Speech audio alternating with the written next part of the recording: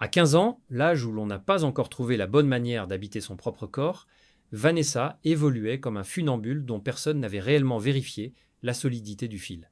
Elle avançait, oui, mais toujours avec cette sensation étrange que tout allait trop vite pour elle.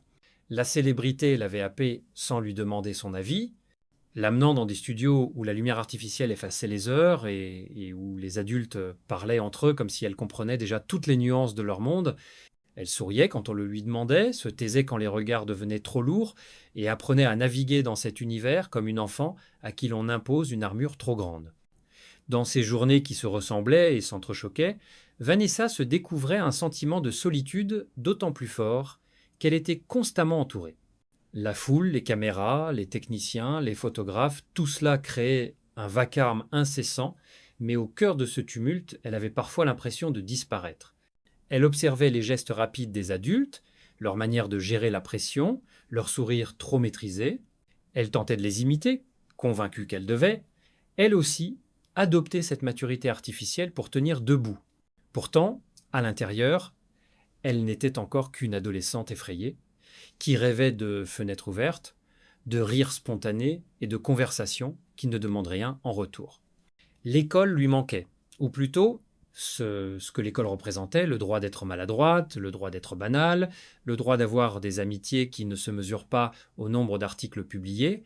Elle repensait parfois à ses après-midi où elle se contentait de marcher dans la cour, les écouteurs dans les oreilles, sans que personne ne lui demande d'être exceptionnelle.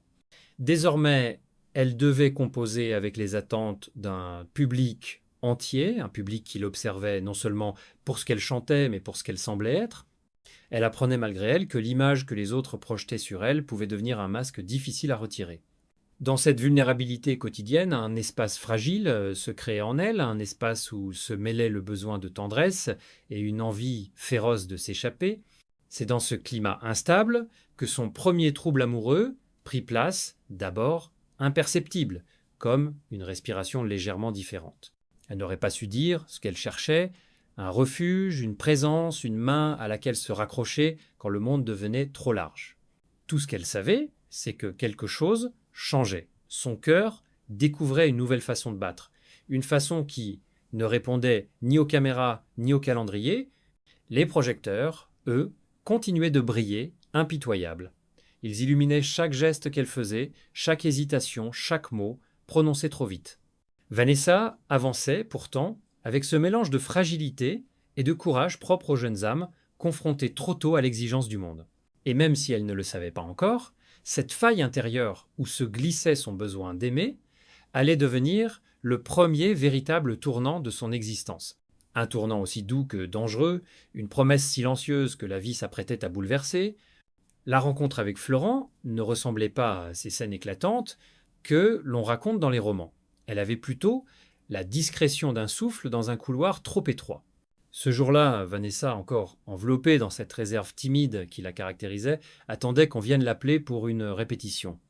Les câbles serpentant au sol formaient un désordre presque rassurant, comme si la scène, pour une fois, se montrait vulnérable devant elle.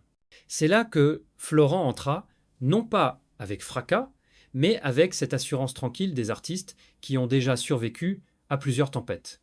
Il lui adressa un sourire bref, puis fit un commentaire banal sur l'éclairage trop fort du plateau voisin. Elle répondit d'une voix douce, hésitante, comme si elle craignait que ces mots, une fois sortis, ne lui échappent. Leur échange dura à peine quelques minutes, mais il eut pour elle l'effet d'une parenthèse inattendue. Pour la première fois depuis longtemps, un adulte lui parlait sans la presser, sans l'observer, comme un produit fragile ou une étoile montante. Il l'écoutait vraiment, avec une attention simple, presque tendre, qui la désarma. C'était pas un coup de foudre, c'était plus subtil, plus profond aussi, une évidence tranquille. La présence de Florent apportait une forme de stabilité dont elle ignorait jusqu'alors qu'elle manquait. Il avait cette manière de remplir l'espace sans l'écraser, de respirer à côté d'elle comme si cela suffisait à apaiser le chaos de ses pensées. Là où Vanessa avançait en se faisant petite, lui rayonnait d'une lumière qui n'avait rien d'agressive, mais qui semblait éclairer ces zones d'ombre. Leur différence d'âge, au début, n'apparut ni comme un obstacle, ni comme un sujet de préoccupation. Au contraire, elle créait une sorte d'équilibre curieux. Florent offrait l'assurance, le recul, Cette manière de comprendre le milieu de l'intérieur, Vanessa apportait la fraîcheur, la sensibilité vibrante, le regard neuf de celle qui découvre encore tout. Cette complémentarité les rapprochait presque malgré eux. Les conversations se multiplièrent, d'abord furtives, puis plus longues. Une phrase rassurante avant une interview stressante, un éclat de rire partagé dans un couloir désert, une mélodie fredonnée sans y penser. Peu à peu, Vanessa se surprit à attendre ces moments. Elle attendait ses mots, puis sa présence, puis ses silences. C'était nouveau pour elle, vertigineux aussi. Elle avait l'impression que Florent lisait en elle là où les autres se contentaient de regarder. Il percevait ses hésitations, devinait ses peurs, comprenait ce qui se cachait derrière ses sourires trop sages. Et cette compréhension-là, si rare, devenait un aimant puissant. Pourtant, dès les premiers instants de ce rapprochement, une nuance plus trouble se dessinait, presque imperceptible. Car si Florent connaissait déjà les routes accidentées de la célébrité, Vanessa les subissait encore de plein fouet. Ce décalage, minuscule au début, n'était pas un obstacle. Il était une ombre fine, posée à peine sur leurs pas. Personne ne s'en méfiait encore. Et surtout pas Vanessa, trop occupée à découvrir ce sentiment nouveau qui prenait forme en elle avec la douceur d'un secret. Cette rencontre, si discrète en apparence, allait pourtant agir comme un séisme silencieux. Elle allait ouvrir une brèche dans la vie de Vanessa, une brèche où le besoin d'être comprise se mêlerait au désir d'être aimée. Une brèche d'où naîtrait bientôt un amour aussi lumineux que fragile. L'amour qu'elle croyait intime se transforma très vite en spectacle public, comme si la simple existence de ce sentiment suffisait à attiser une faim médiatique que rien ne pouvait rassasier. À peine quelques regards échangés, quelques présences côte à côte lors d'un gala, que déjà les titres fleurissaient, exagérés, déformés, avides, Vanessa découvrit alors une autre forme de violence, celle qui ne crie pas, mais qui s'infiltre par les pages des magazines, les commentaires chuchotés, les questions intrusives lancées avec un sourire courtois. Son premier amour, au lieu de naître à l'abri des regards, s'épanouissait sous un faisceau de projecteurs impitoyables. Au début, elle tenta d'en rire. Elle lisait d'un œil amusé les articles qui insistaient lourdement sur leurs différences d'âge, les hypothèses mal ficelées sur leurs intentions supposées. Florent, habitué depuis longtemps aux exagérations de la presse, lui répétait que l'on juge toujours ce que l'on ne comprend pas. Vanessa s'accrochait à cette phrase comme à une bouée. Elle voulait croire que leur histoire pouvait rester leur histoire, qu'il suffisait d'ignorer le vacarme extérieur pour préserver l'essentiel. Mais les jours passèrent, et chaque nouvelle rumeur semblait grignoter un peu plus de l'insouciance qu'elle espérait garder. Ce qui aurait dû être un refuge commença à prendre l'allure d'une arène. Les gestes les plus simples devenaient des preuves, les silences des indices. La moindre tenue qu'elle portait était analysée, décryptée, détournée. Vanessa, encore si jeune, se retrouva enfermée dans des rôles qu'elle n'avait jamais choisis, celui de l'adolescente influençable ou, inversement, celui de la séductrice prématurée. Deux caricatures qui ne lui ressemblaient pas mais qui s'imposaient à elle comme des étiquettes impossibles à décoller. La notoriété qu'elle croyait connaître se révéla sous un jour plus cruel. Son visage sur les affiches n'était plus seulement celui d'une artiste prometteuse, mais celui d'une jeune fille que l'on scrutait dans sa vie privée, que l'on commentait sans pudeur. Les nuits devenaient difficiles. Elle relisait des titres qu'elle aurait préféré ignorer, se demandait si elle devait se sentir coupable d'aimer ou d'aimer mal ou d'aimer trop tôt. Et surtout, elle se demandait si elle était armée pour affronter une tempête qu'elle n'avait pas provoquée. Florent essayait de la rassurer, mais son expérience qui autrefois l'apaisait prenait parfois une teinte d'inaccessibilité. Il connaissait les règles tacites du milieu, savait comment éviter les pièges. Elle, au contraire, les recevait de plein fouet. Il avançait avec une aisance forgée par les années, elle trébuchait encore dans le labyrinthe médiatique, cherchant une issue qu'elle ne trouvait pas. Leurs univers n'évoluaient pas au même rythme. Et cette dissonance, encore légère, commençait à se faire sentir dans leur intimité.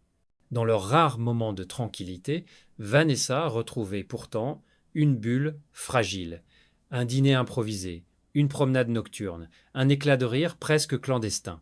Ces instants prenaient une valeur immense, comme des trésors que l'on protège contre un monde trop bruyant. Mais même eux semblaient menacés, entourés d'une fragilité nouvelle, comme si le moindre mot mal placé pouvait les faire éclater. L'amour, sous les caméras, perdait peu à peu sa douceur originelle. Il devenait plus grave, plus exposé, plus fragile. Et Vanessa comprenait avec une lucidité douloureuse que grandir signifiait parfois apprendre à supporter ce que l'on n'a jamais choisi. Les fissures ne surgissaient pas comme des brinettes, mais comme une buée lente, déposée sur une vitre trop souvent essuyée. Au début, Vanessa n'y prêta pas attention. Une phrase trop sèche, un silence un peu prolongé, un rendez-vous reporté, rien qui, isolé, aurait pu annoncer ce qui venait. Pourtant, à mesure que les semaines passaient, ces petites dissonances s'accumulaient, dessinant une fragilité grandissante dans leur relation. Elle, en pleine métamorphose intérieure, avançait avec une sensibilité nouvelle, une curiosité plus audacieuse, un désir d'explorer les limites qu'on lui avait imposées depuis sa première chanson. Pour la première fois, elle cherchait à comprendre ce qu'elle voulait vraiment en dehors des attentes de l'industrie ou du regard de Florent. Florent, lui, traversait ses propres combats professionnels. Il oscillait entre des élans de créativité fougueuse et des périodes de doute sombre. Il vivait intensément, parfois trop, nourri d'une énergie brute qui pouvait être chaude et protectrice, mais qui devenait aussi une tempête dès que les choses lui échappaient. Ses colères n'étaient pas dirigées contre elle, mais elles l'effrayaient. Ses silences, chargés d'orages invisibles, la laissaient désemparée. Pendant longtemps, elle avait trouvé cette force séduisante. Désormais, elle y percevait une inquiétude sourde, comme si son propre besoin de douceur se heurtait à une dureté qu'elle ne savait plus absorber. Les soirées autrefois légères prenaient un goût plus âpre. Certains dîners se terminaient dans une tension qu'aucun des deux ne savait dissiper. Vanessa cherchait dans les yeux de Florent la complicité des débuts, mais elle n'y lisait souvent que la fatigue ou une forme de distance. Florent, de son côté, observait cette jeune femme qui changeait. Elle n'était plus l'adolescente qui avait tremblé à sa première apparition télévisée. Elle grandissait, gagnait en assurance, et cette évolution, qu'il aurait pu accueillir comme une force, l'inquiétait parfois. Il craignait de la perdre au profit de ce monde qui l'acclamait de plus en plus. Et dans cette peur, il se raidissait, deux façons d'aimer s'entrechoquaient. Vanessa fuyait le conflit, convaincue que le silence protégeait mieux que les mots. Florent, au contraire, cherchait la vérité dans la friction, persuadé qu'un bon orage valait mieux qu'un long non-dit. Ainsi, lorsqu'elle se refermait pour éviter la confrontation, il s'impatientait. Lorsqu'il s'animait pour exprimer son malaise, elle se sentait agressée. Et chaque soir, un infime pas de recul s'ajoutait entre eux, un pas presque invisible, mais qui faisait dériver leurs univers. Ce n'était pas un désamour, mais un glissement. Un lent éloignement où chacun essayait de suivre l'autre sans y parvenir tout à fait. Vanessa s'épuisait à tenter d'adopter un rythme qui n'était pas le sien. Elle avait l'impression que, en avançant à ses côtés, elle laissait derrière elle une partie essentielle d'elle-même. Et puis, un soir, en sortant d'un concert où elle avait souri mécaniquement, elle comprit. Son cœur, crispé depuis des semaines, relâcha enfin quelque chose. Elle aimait Florent, oui, mais elle se perdait doucement. Cette prise de conscience, à la fois douloureuse et lumineuse, marqua le début de la fin. Une fin sans fracas, sans cri, sans porte, qui claque. Une fin tissée de regards fuyants, de fatigue accumulée, de mots jamais prononcés, mais dont l'absence parlait plus fort que tout. Une fin inévitable, parce qu'ils ne savaient plus avancer ensemble sans s'abîmer. La rupture arriva avec la lenteur d'une marée qui se retire, laissant derrière elle des empreintes que seuls les cœurs attentifs peuvent encore distinguer. Il eut ni éclat, ni mots violents, ni gestes brusques, simplement deux êtres assis face à face dans un appartement trop silencieux, éclairé par une lampe qui vacillait comme si elle hésitait elle-même à témoigner de ce moment. Vanessa ne se souvenait pas des phrases exactes, elle s'était éparpillée dans sa mémoire comme des feuilles sèches, mais elle se souvenait parfaitement de la sensation, un fil qui se rompt doucement, presque avec délicatesse. Florent parla le premier. Sa voix était étonnamment calme, presque apaisée. Il évoqua leurs différences, non pas comme des reproches, mais comme des réalités indiscutables, le rythme démesuré de leur vie, les attentes du public, la pression qui s'était insidieusement posée sur les épaules de Vanessa, tout cela formait un poids qu'aucun des deux ne savait plus porter sans plier. Elle acquiesçait en silence, une douleur sourde s'installant en elle, mêlée à un soulagement qu'elle n'osait s'avouer, car elle comprenait chaque mot. Et comprendre, c'était déjà accepter qu'il ne pouvait plus continuer. Il n'y avait ni coupable, ni faute tragique, simplement deux trajectoires belles mais incompatibles. Flora avait vécu trop de tempêtes pour ralentir encore, et Vanessa, elle, avait besoin de grandir sans étouffer. Leur amour avait fonctionné tant qu'elle cherchait un refuge et qu'il cherchait à en offrir un. Mais la jeune fille qu'elle avait été n'était plus là, à sa place se tenait une jeune femme en transformation, portée par une maturité nouvelle, mais encore fragile. Cet écart, qui les avait d'abord rapprochés, devenait désormais un fossé impossible à combler.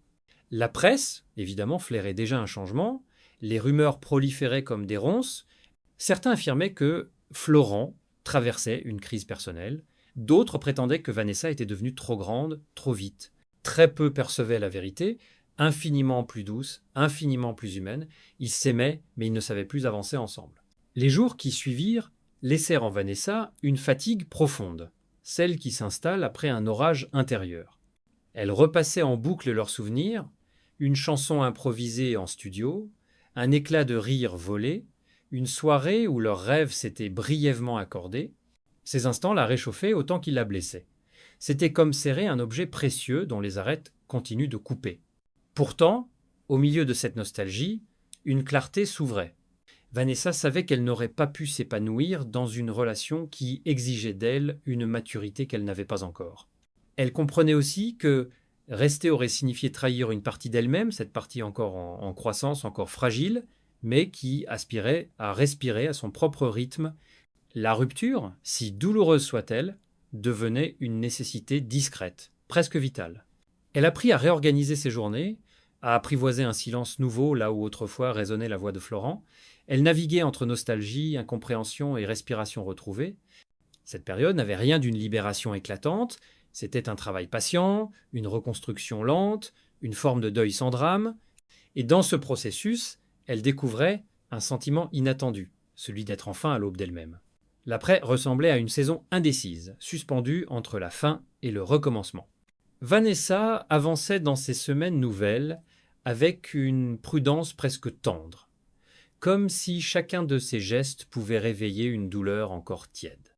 La rupture n'avait pas laissé de fracas derrière elle, mais elle avait gravé en elle une zone sensible, une membrane fine que la moindre émotion effleurait avec une intensité inattendue. Elle marchait plus lentement, non par lassitude, mais pour écouter ce qui renaissait en elle, morceau par morceau. Les journées, autrefois surchargées, prirent une forme plus calme. Elle accueillait cette lenteur comme une respiration profonde après des années passées à courir. Le travail en studio devint une ancre. Entourée d'instruments qu'elle apprivoisait comme des compagnons loyaux, elle se redécouvrait une voix plus posée, plus dense, une voix qui ne cherchait plus à plaire, mais à dire. Chaque mélodie improvisée semblait ramasser les fragments de son passé pour les transformer en matière neuve. Elle écrivait aussi, dans de petits carnets qu'elle n'ouvrait à personne. Les phrases y naissaient libres, parfois rugueuses, parfois lumineuses, mais toujours honnêtes. Elle n'avait plus besoin de correspondre à une image façonnée pour elle, encore moins de se refondre dans une relation qui grandissait trop vite. Elle comprit que sa sensibilité était une force rare, à protéger avec la même attention que l'on porte un secret précieux. Ce qui, aux yeux des autres, ressemblait à un repli, n'était en vérité qu'une reconstruction silencieuse. Ceux qui la connaissaient vraiment distinguaient dans ses gestes une paix naissante, non pas une paix définitive, mais une paix en germination, comme une graine qui attend le bon terreau pour s'ouvrir. Loin du tumulte médiatique, Vanessa apprit à renouer avec le monde à son rythme. Elle répondit aux interviews sans se laisser capturer, sourit sans se trahir, esquiva avec douceur les questions trop indiscrètes. Elle découvrit qu'elle pouvait choisir ce qu'elle offrait au public, qu'elle n'était pas tenue de livrer son cœur pour exister aux yeux des autres. Cette discrétion nouvelle n'était plus une protection instinctive, mais une souveraineté assumée. Peu à peu, elle commença à regarder l'avenir différemment. L'idée d'aimer à nouveau ne la terrifiait plus, elle n'en éprouvait pas non plus une urgence, elle percevait simplement la possibilité d'un amour autre, dénué de vertige, un amour qui respecterait ses silences, son rythme, sa croissance. Elle ne cherchait plus la flamboyance, mais l'accord, non plus l'admiration, mais la réciprocité, non plus un refuge, mais une respiration partagée. L'adolescente qu'elle avait été s'effaçait peu à peu, laissant place à une jeune femme, consciente de ses limites, de sa valeur, et de ce qu'elle devait préserver en elle. Sa relation avec Florent avait été fondatrice. Elle l'avait blessé, mais l'avait aussi révélé. Elle lui avait appris qu'aimer ne suffit pas toujours, que la passion peut étouffer, que la liberté intérieure est une boussole plus fiable que les plus beaux élans. Des années plus tard, En se retournant sur cette période, elle n'y verrait plus une faillite. Elle y verrait une naissance, la sienne.